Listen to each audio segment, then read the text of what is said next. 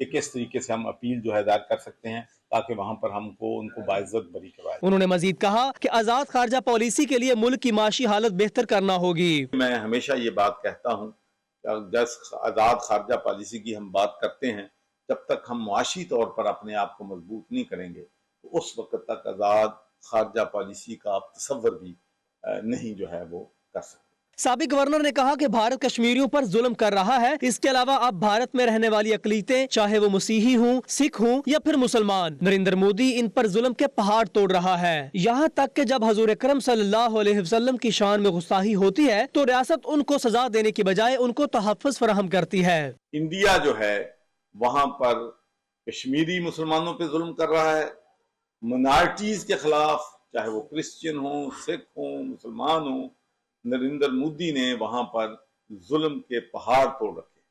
یہاں تک کہ اب جو ہے حضور صلی اللہ علیہ وسلم جو ہمارے آخری نبی ہیں ان کی شان میں بھی جب گستاخی ہوتی ہے تو سٹیٹ ان لوگوں کو پروٹیکٹ کرتی ہے بجائے ان کے کہ ان کو سزا دی جائے، جو بلینز مسلمانوں کی جو احساسات ہیں جو ان کو مجروح کرتے ہیں۔ ملک کی معاشی اور سیاسی صورتحال بارے گفتگو کرتے ہوئے سابق گورنر کا کہنا تھا کہ ملک میں بنیادی خرابی کی بڑی وجہ مقامی حکومتوں کو مضبوط نہ کرنا ہے۔ جب جمہوریت آتی ہے تو سب سے پہلے مقامی حکومتوں کا گلا کاٹتی ہے۔ ایک صوبے میں یہ 297 MPs کو ساری طاقت دینے کو تیار ہیں لیکن 1 لاکھ سے زائد نمائندوں کو دینے کے لیے تیار نہیں ہے۔ Waseem Kazmi, 92 news, London.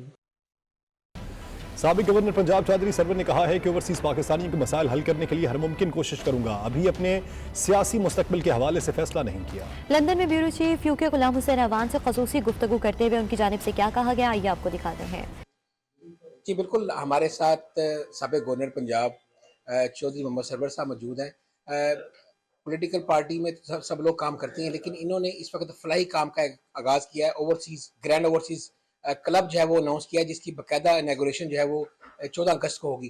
پہلے تو سرور صاحب سے پوچھتے ہیں کہ اس کا مقصد کیا ہے اس کلب کا؟ بسم اللہ الرحمن الرحیم۔ آپ کو معلوم ہے کہ جو ہمارے اوورسیز پاکستانی ہیں پاکستان میں $30 بلین سالانہ بیچتے ہیں، جس کی وجہ سے ہماری معیشت کو سہارا ملتا ہے، اور میں اس بات پہ پیشنیٹلی بلیو کرتا ہوں کہ اگر ہم ان کو سیف اور سیکیور انوائرمنٹ دے دیں اور قبضہ مافیا سے ان کی جان چھڑا دیں تو یہ جو ریمیٹنسز ہیں یہ ڈبل ہو سکتی ہیں اور پاکستان کو IMF اور دوسرے اداروں کے پاس جانے کی ضرورت نہیں رہے گی۔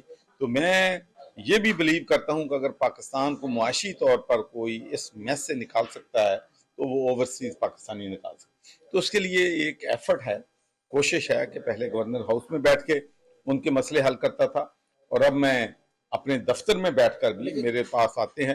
اس کا مقصد یہ ہے کہ پنجاب میں اس کا سیکریٹریٹ ہوگا، پوری دنیا میں اس کی تنظیمیں ہوں گی۔ آپ کے پاس پاور ہوگی نہیں تو کیسے حل ہوں گے لوگ؟ دیکھیں، ایک بات تو میرے خیال میں یہ سمجھنے کی ضرورت ہے کہ پاور جو ہے وہ لوگوں کی ہوتی ہے۔ اوورسیز پاکستانی جو $30 بلین دیتے ہیں تو آپ کے خیال میں کیا ان کی پاور کم ہے؟ ان کو آرگنائز ہونے کی ضرورت ہے، ان کو ایک پلیٹ فارم پہ اکٹھا کرنے کی ضرورت ہے۔ تو جب یہ اوورسیز پاکستانی ایک پلیٹ فارم پہ اکٹھے ہو جائیں گے، ان کا فوکل ایک پوائنٹ ہوگا، وہاں پر ان کی باقاعدہ ممبرشپ ہوگی، وہاں پر سٹاف جو ہے ایکسپیرینس اور پیڈ سٹاف وہاں پر بیٹھا ہوگا، 24 گھنٹے ان کو سروس ملے گی، تو انشاءاللہ ان کے مسئلے دیکھیں۔ جب میں پاور میں ہوتا ہوں تو پھر بھی اوورسیز پاکستانیوں کے مسئلے حل کرتا ہوں، جب پاور میں نہیں ہوتا اس سے زیادہ حل کرتا ہوں۔ ٹھیک ہے، دیکھیں پی ٹی آئی نے بھی دعوے تو بہت کیے کہ وہ اوورسیز پاکستانیوں کے لیے حل کریں گے لیکن عملی طور پر کچھ نہیں ہوا۔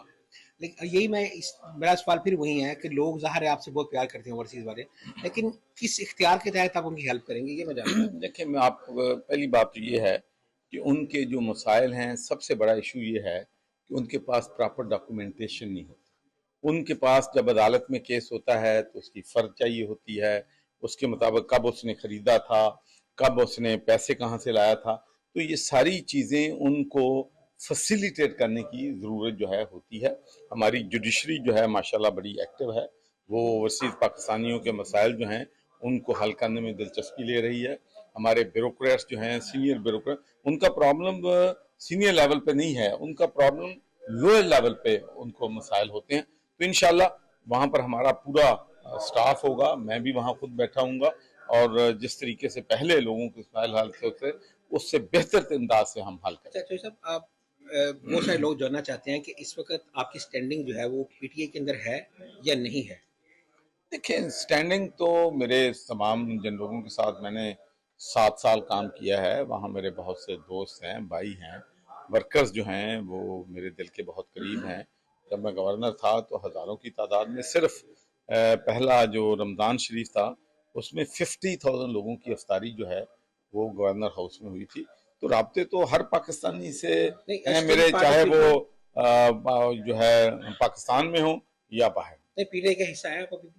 دیکھیں میں عرض کروں، میں نے آپ سے پہلے بھی عرض کیا ہے کہ جو میرا پولیٹیکل فیوچر ہے اس کا فیصلہ ابھی میں کچھ کہنے کی پوزیشن میں نہیں ہوں. اس وقت میرا جتنا بھی فوکس ہے فارن وزٹ کا وہ یاسین ملک کی رہائی کی کمپین کرنا ہے، انٹرنیشنل فورم پہ ان کو اجاگر کرنا ہے، اور اوورسیز کلب جو ہے اس کی تنظیمیں جو ہیں پوری دنیا میں بنانے پہ میرا فوکس ہے، جو کہ دونوں کام جو ہیں غیر سیاسی.